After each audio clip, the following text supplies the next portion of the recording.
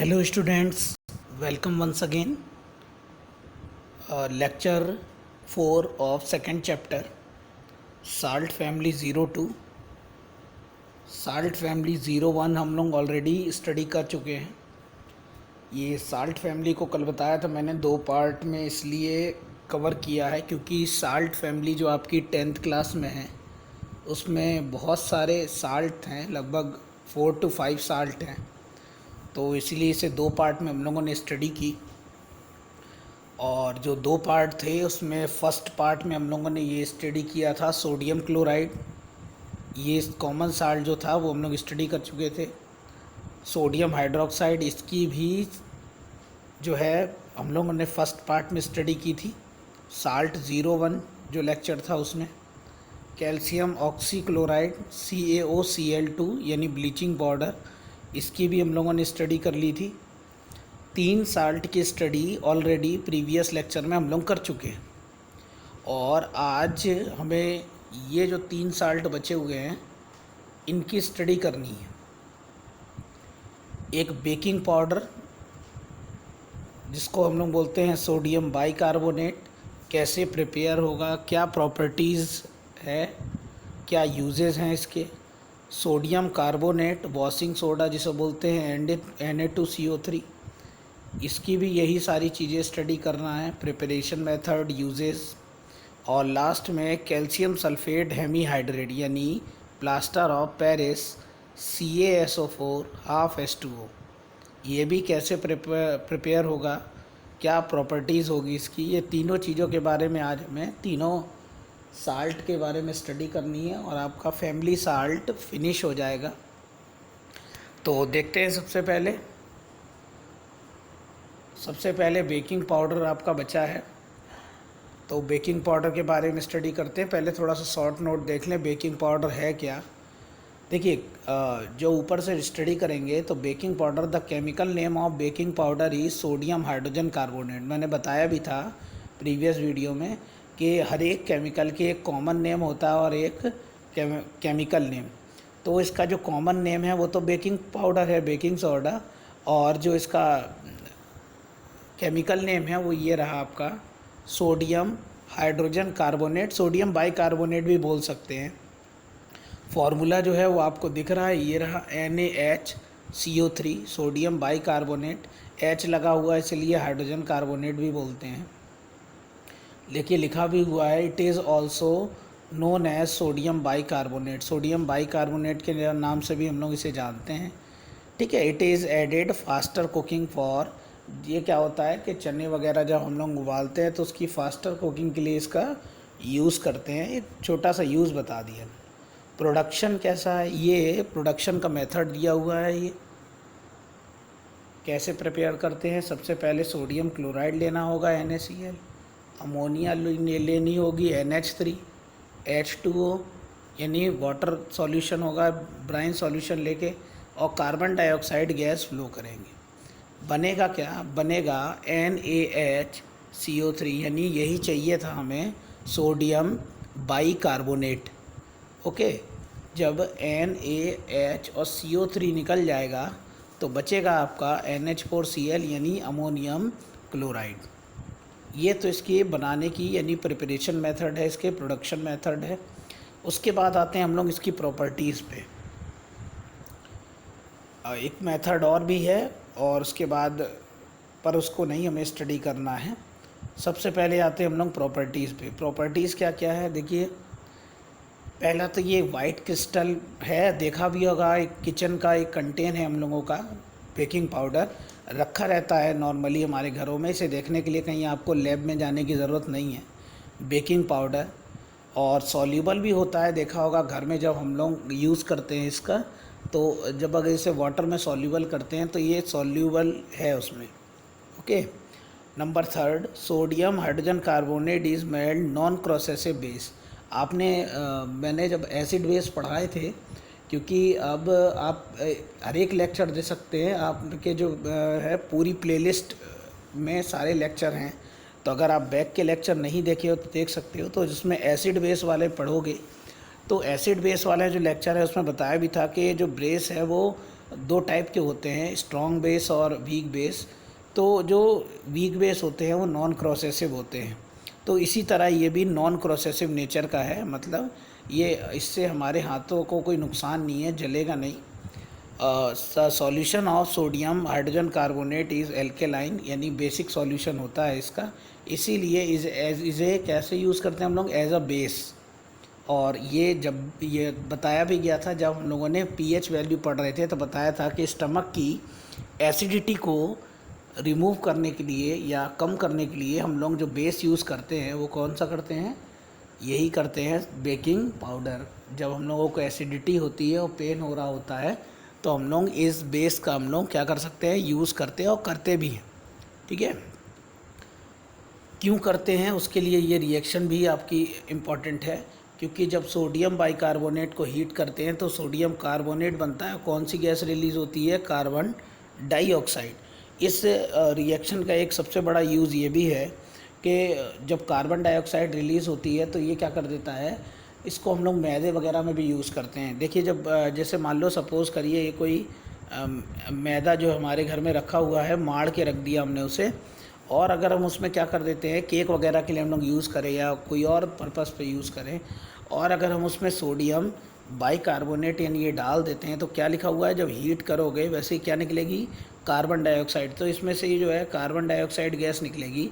Cake वगैरह देखा होगा आपने, उसमें होल्स होते हैं, उन होल्स में से क्या निकलती है, कार्बन डाइऑक्साइड गैस निकलती है। ब्रेड केक उसमें देखा होगा, जिससे वो स्पंजी हो जाते हैं, मुलायम हो जाते हैं।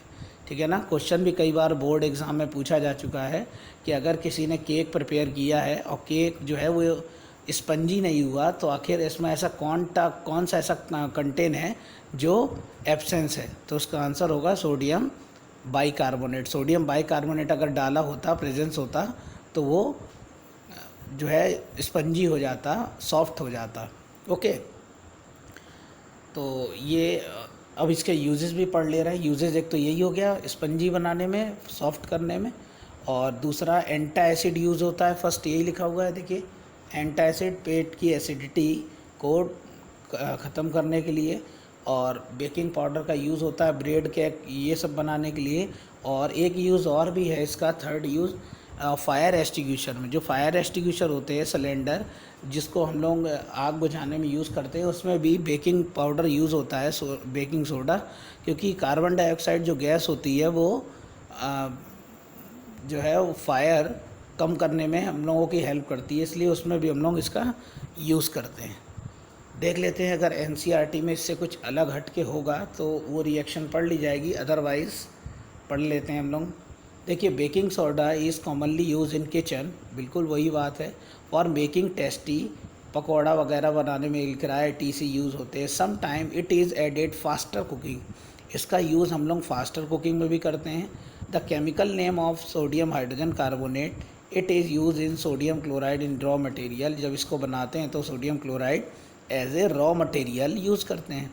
ये वही रिएक्शन है। Did you think the pH value, pH value के बारे में बता रहा है, क्योंकि एक वीक बेस है तो इसकी पीएच वैल्यू पूछ रहा है, वही रिएक्शन है। और यूजेस भी उन्होंने वही दिए हैं जो अभी हम लोग पढ़ के आ रहे हैं, ये देखिए, तो कोई अलग नहीं है, पढ़ लीजिएगा एनसीईआरटी में। आई होप सो क्लियर हो गया होगा ये आपका।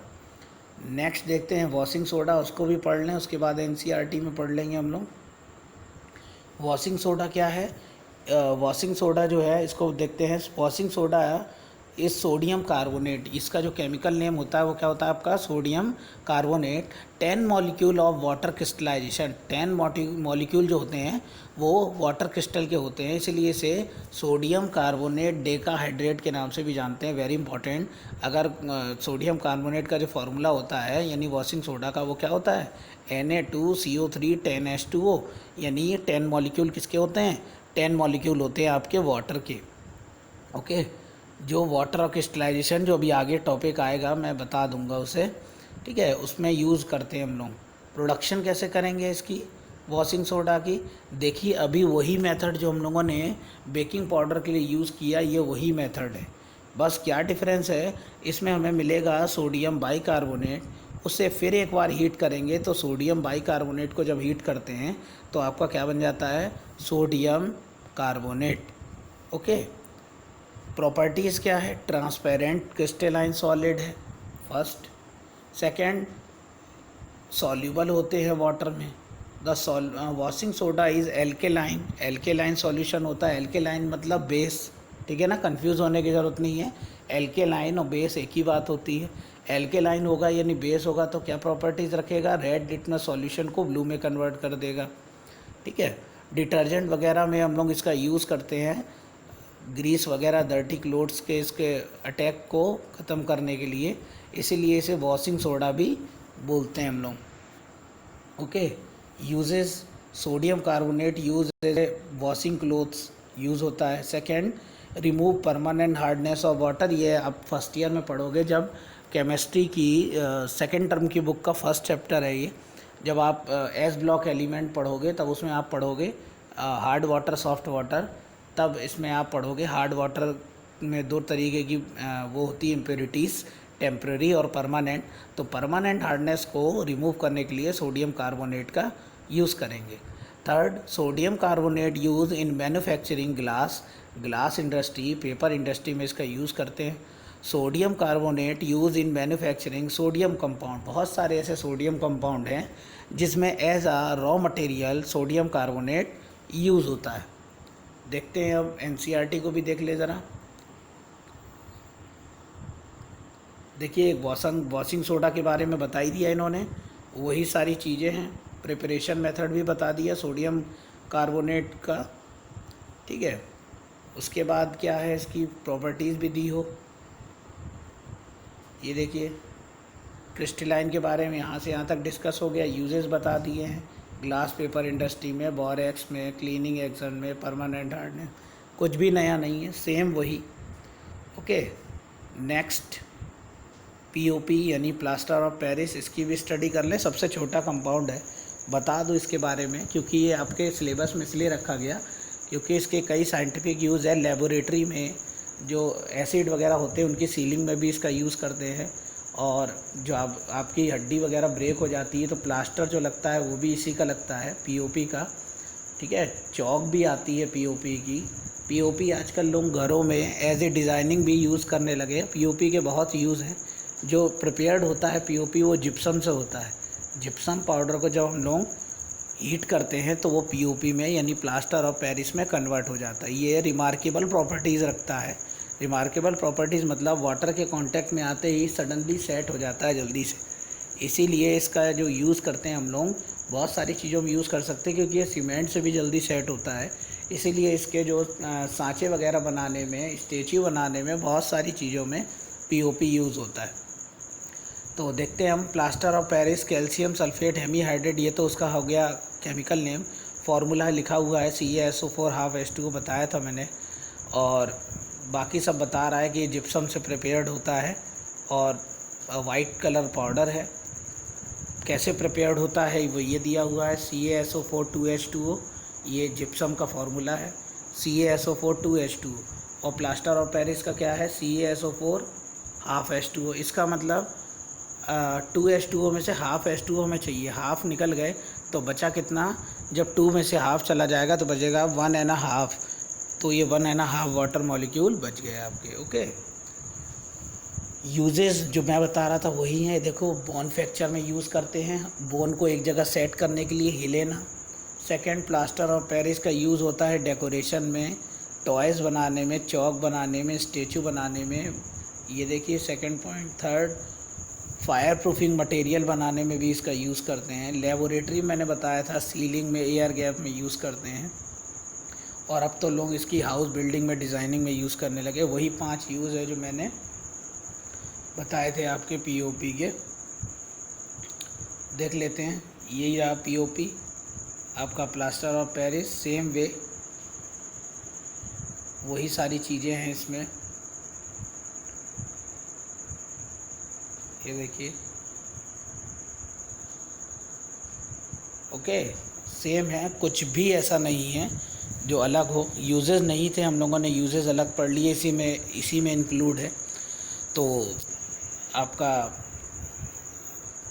पीओपी और ये साल्ट के साथ ये चैप्टर आपका जो सेकंड था, acid base and salt, is finish. Acid base chart में अब कोई भी क्वेश्चन नहीं रहा।